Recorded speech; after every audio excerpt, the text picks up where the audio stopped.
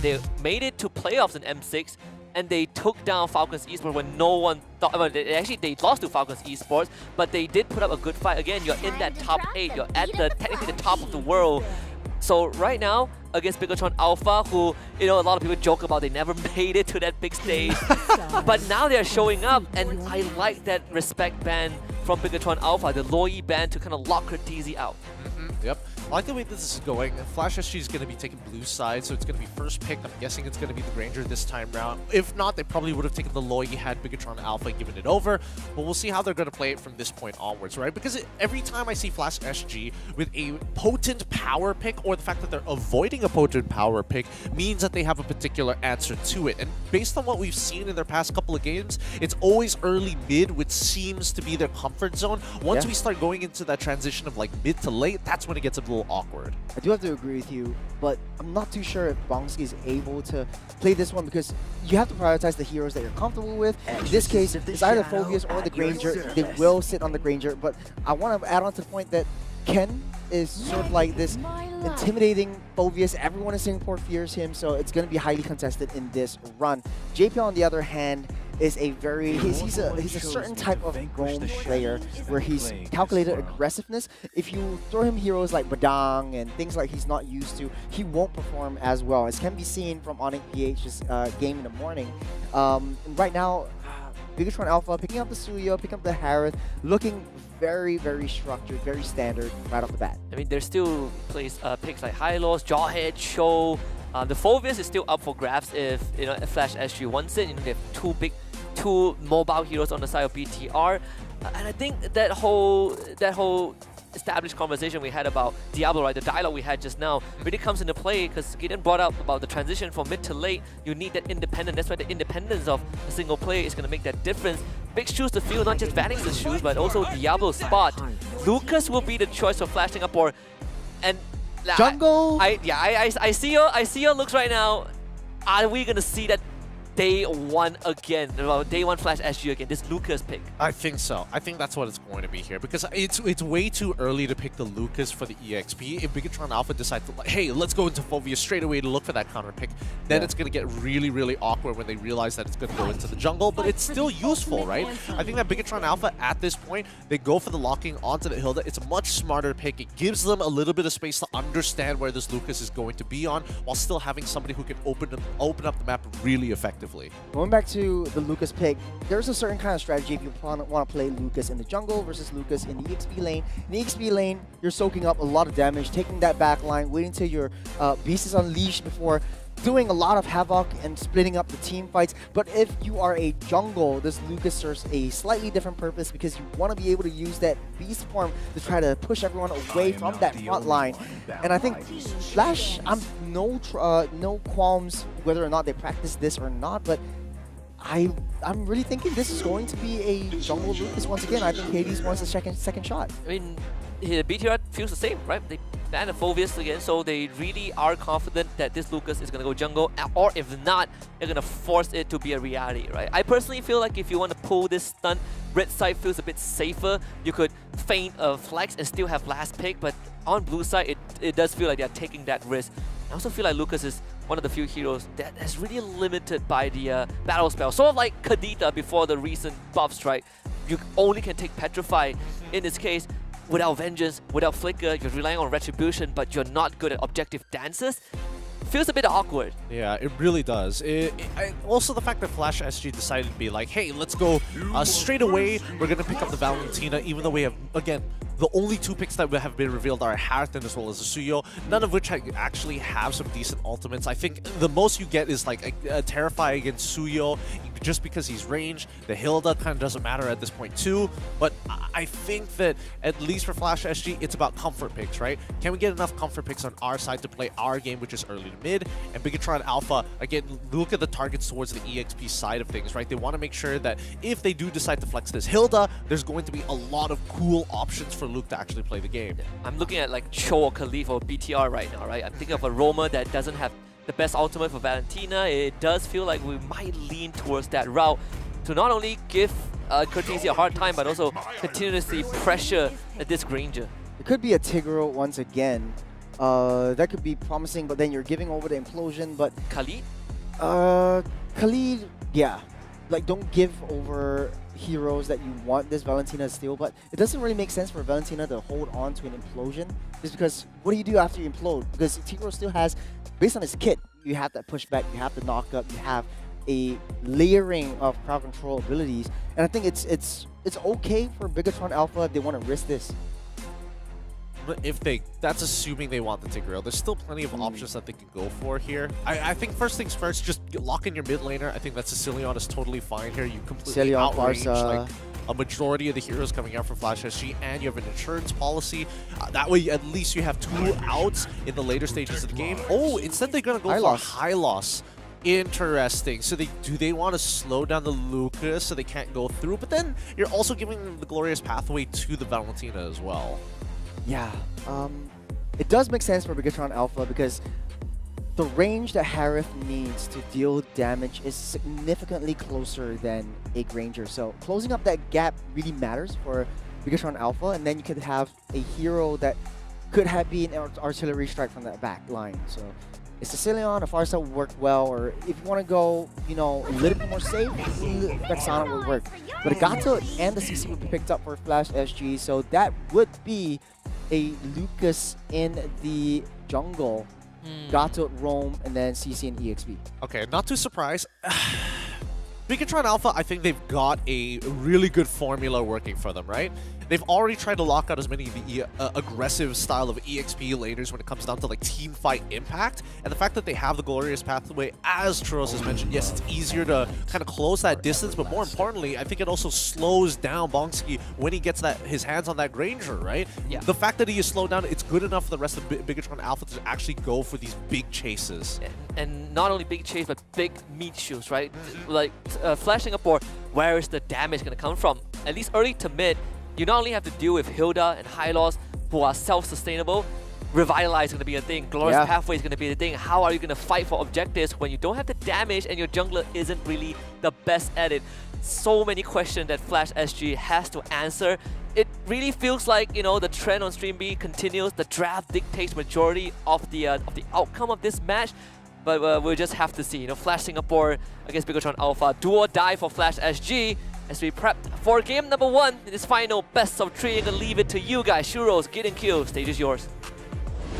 All right, let's get right into this. This best of 3 is going to kick things off, and it's going to be the final one of today. Bigatron Alpha so close to qualify. They need to get a full sweep against Flash SG to increase their odds, and Flash SG on their final lifeline here. Flash SG on the blue side, up against Bigatron Alpha coming on towards the red. It's going to be a quick clear for both junglers, but at this point in time, I think it's about efficiency, right? Can we see Flash SG actually spread apart their resources to get an early lead for the side lanes before they even select the turtles? Yeah, testing this out, there's really high mobility, especially from the mid roamers, but looking at how Bigatron Alpha, I think the names are switched up on the top third, but Flash Singapore are on the blue side, Bigatron Alpha on the red. In this case, Bigatron Alpha are much faster on rotations. They are coagulating a little bit earlier, dealing a lot more damage, especially with that Sicilion. Yeah, but so far I think, you know, the big, the glue that's really going to kind of help these rotations, it's going to be JPL with that concussive blast, right? And Cartesi, I mean, based on the emblems that we've seen, he's gonna go not for a more aggressive build, but instead for a more sustained style with the Brave Smite in lane, knowing that he's going to get outranged the majority of the time, but with the help of those Shadow Dashes, he can make something happen. And should we expect first blood? One more hit, Hades will take him down. But he's in the spot of bother right there. Luke and Hades will be taken down as well. So a little bit of a revenge there. 2-1 for Flash Singapore. Yeah, this is worth it. This is very worth it for Flash Singapore. I mean, Hades just needs to get in as many fights as possible. If he can generate a lead for the side laners, that'll be even better. And because Luke dies, at least Ken gets that first movement across that map. And ideally, they want to get, they do want to get that turtle as well, as both mid and EXP do hit level 4. It's all about speed running in the early stages of the game up till that 5-minute mark, and I think that Flash Singapore are doing very well. This is the kind of aggression that I see in a lot of the Singaporean teams, and we saw that just now earlier on with Onyx PH, and I think they're really exemplifying it this time around. Again, efficiency, right? Spread out your resources. Light and Ken are working together at this point now. They don't want Super Ken to get caught out again because we know that for now, Lucas does have an advantage onto Ken Suyo in the earlier stages until we do see the War Axes start coming out, which is only a second item for Super Ken. In the meantime, side lanes look to be okay. Like, Bongski is doing pretty fine. It looks like Ken still maintaining a slight lead over Luke, but it's not like Luke really cares too much. It just means that he's going to be stuck in lane more often than not. Yeah, all that Ken needs to do is basically just match the tempo, but the AOG and the taunt onto 2. Curtain Call pulls them in close, loses 2 members of Bigatron Alpha. Flash Singapore ramping up the tempo, really needs this game. You can see that in their gameplay. Good stuff coming in from JPL. The double taunt makes the difference. Now, most people, and especially in your ranked games, are thinking like, yeah, it's so easy to land the taunt. It's some good foresight. Force them away. Just area denial with the AOG. And in the meantime, this allows Ken to actually get a proxy started. Luke doesn't mind getting into a bit of a trade as Hades is set up to gank in case, knowing that Suyo is going to be on this side of the map. Oh, Hades goes in on the bottom side though. Ken matching that tempo really well, but on that block off here, Curtizi will be there for backup, but Hades picks up the kill onto Luke. Luke not having a good start so far. JPL so annoying. That mosquito constantly on top of Super Ken. They know he doesn't have retribution, so they're probably going to give this up, and Ken forced to use his own. 14 seconds left on that turtle, and I think that should be confirmation for Flash Singapore to play around this turtle next. If they could get some goal plating, that'd be nice as well, because Luke is taking quite a bit of punishment. Yeah, JPL is just on reconnaissance duty at this point. Wherever Moreno is, wherever this Hylos is at all times of the game, that's where JPL would be. He's using that to his full advantage. Yes, you take down that turtle, but you need to make a beeline, and JPL actually forced them back out of the way, along with Ken. That rotation from that bottom side all the way to the top lane. Talk about swapping. Yep, good forward thinking coming in from Flash Singapore. They knew they secured the turtle. They don't necessarily need everybody to be here. They reconfirmed by checking the jungle, checking the bushes, realized nobody's here. We might as well go to the opposite side of the map and deny them any extra gold from our own jungle. In the meantime, side lanes back to square one, you know, Bing chilling, not having to do too much until you see Lucas show up in lane to set up for a gank. Coming in into the mid lane, Moreno forced to use the ultimate. That's on top of Curtizi. Luke tries to use the power window to slow him down, but here comes Hades trying to push him back. Luke biting a little bit too much that he can chew. Running for the hills, running for his life. The AOG lands, but it won't matter to block off that exit path. Oh, a little desperate here coming out for Luke. Didn't necessarily need to go that deep, especially when you see a Valentino walk up into the river rather than straight back underneath their turret. That should have been a dead giveaway where he was leading himself into. In the meantime, though, Light still making sure that Iman is going to be kept safe so he can at least scale for the later stages of the game, as the first turret on top side has already been cracked open. Wow, that's a very good start for Flash Singapore. Already cracked up that T1 top, looking for a lane swap down the bottom side, and it's just JPL being such a nuisance in the jungle. Wherever he is or wherever he's not is just spells trouble for Bigatron Alpha. It really does, because Bigatron Alpha can't really threaten him at this point. They don't have the kill pressure from Moreno, and he makes sure that he supports the mid lane on that push initially so that he can make that free movement. And if Light wants to go man-to-man, that does leave holes open for Ken to actually start scouting out on the opposite side. So it's a lose-lose scenario for Bigatron Alpha until they actually have some way to shove them out. They need that kill threat, so they need some items. Bigatron Alpha far behind, doesn't want to contest for this turtle. That will be the third turtle of the game, going to the hands of Flash Singapore. Again, pretty stale here for Bigatron Alpha. They're just waiting for items, waiting for the times to go by. Let's double check the items here. Slight lead coming in from Hades. Already completed his 2 items, even the War Axe as well. Same goes for Cam, but again, he's a little off the War Axe. Gleaming Gem, Glowing Wand already done for Sicilion. On the opposite side, Enchanted Talisman not complete just yet. Wait, Curtizi in the spot of bother, unable to escape the wrath. The Glorious Pathway already laid down. Luke is next on a chopping block, already 2 down, and they're slowly chunking him down one by one, but Bonsky showing his damage through. Won't be enough to take both of them down. They touch and they go. Bigatron Alpha, they took what they came for, but get punished in the end. Can't do much about that. Light still able to tank a good number of shots from this point.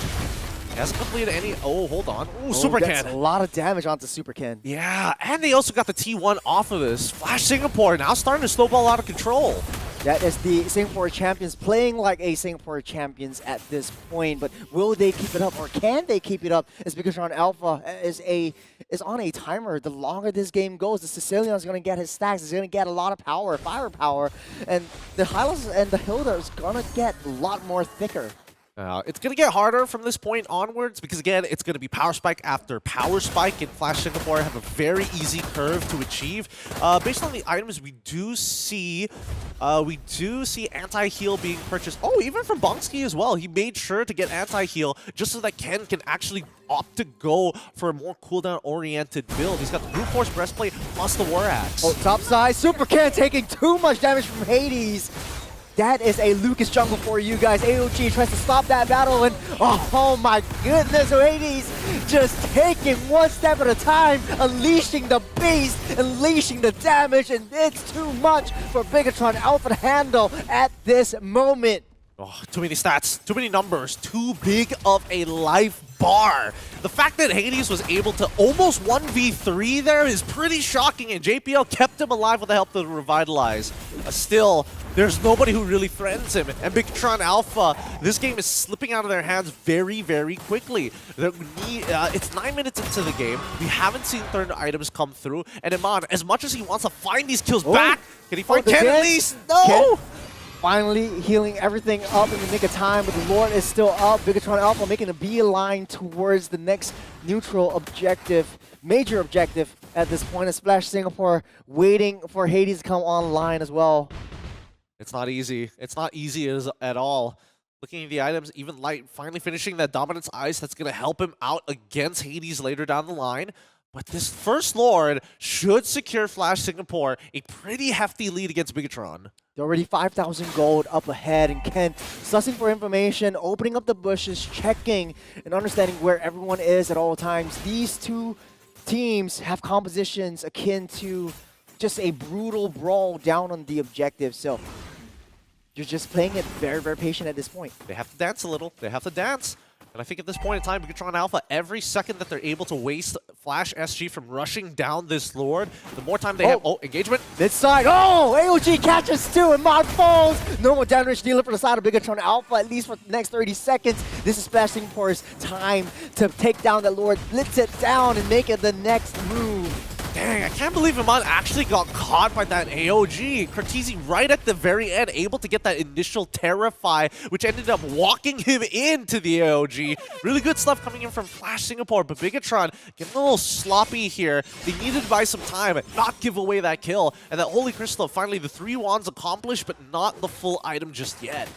Brutal, brutal. Flash Singapore, though. Loads of gold, loads of dough to their name. You need to take down all of these objectives, but what I like about them is they're so structured at this point. It's so different from how they played the previous games, and it looks like a very dominant game from Flash. Yeah, it really is. And Bigatron's draft doesn't exactly have too many answers for that early game. They just needed to play equal, stay even against them. Finally, the glorious pathway is out once more. Try to slow down the charge that is the Lord, but taking a little bit too much damage. Amon forced the dash out of there.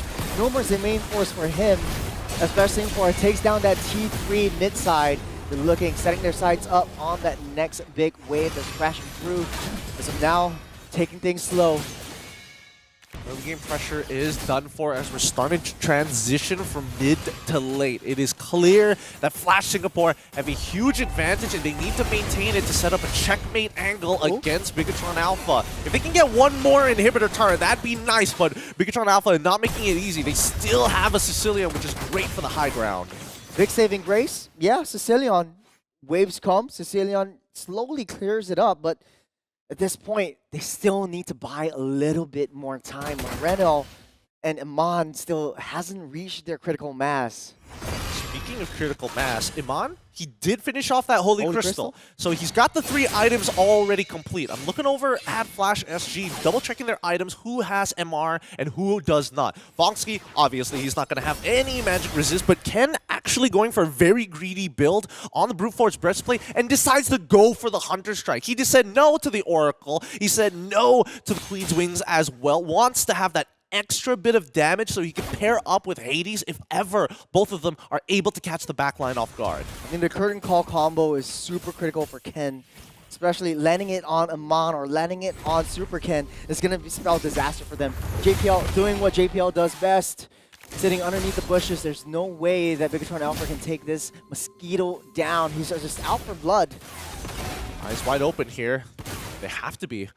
JPL, as long as he's being that Warden, holding the rest of Bigatron Alpha back, they are not going to get too much play space just yet as the next Lord is about to spawn. It's going to be 11 seconds, and Hades finishing a Malefic Roar. He is full build 13 minutes into this game. Very disciplined from Flash Singapore, though. Just waiting for the next big objectives. They know that they don't want to risk going to the jungle's 8,000 gold lead, but then again, it's just a little bit too disciplined. What do you think? I think it's totally fine, right? Their main win condition is going to be this Lord and pushing it hard into Bigatron Alpha. They've got some decent high ground, but they can't deal with Lord necessarily. Ken dealing with the Lord, but Iman's falls in a little bit too deep as Hades just smacks him down under. AOG blocks out all escape paths. Moreno forced to use the flicker, but it does not matter as Flash Singapore easily slays this next Lord. What just happened there? Iman jumps in with the Zaman Force. Hades says, okay, I guess you're by yourself. I'm just going to one-shot you. And that's exactly what happened. There is no counterplay to that. Iman can't even flicker out of the way as soon as he's caught as well. Iman is just a little bit too greedy, a little bit too filled with main character energy at this point. But you're down so much. Almost 10,000 gold, and Iman needs to be able to play it safe, wait for Light or wait for Luke to make a play, but it's so hard because Ken is always zoning everyone out. It's difficult. I think they have to play a traditional front to back. That's how their composition works in the first place. But here we go. The high ground defense begins, and they will start losing inhibitors. Lord already marches in. Iman taking a lot of damage onto Ken, but Runes of Crown pops just in the nick of time. Here comes Hades onto the Beast, taking out one. Next is two. Iman goes down. No more damage dealers, and Hades goes crazy. Oh my goodness. Hades unleashing the Beast. He goes one big Hadouken and he's gone. He just disappears. I wasn't expecting him to do that much damage as they're looking for the crystal. It's 3-on-5 situation. 2 stunned up, 2 taunted up. JPL with a huge call of this game. They take down the base, and Flash Singapore still lives on with hope in their eyes. Oh yeah, look at JPL. The first time you get to see him smile in a long time. I think they're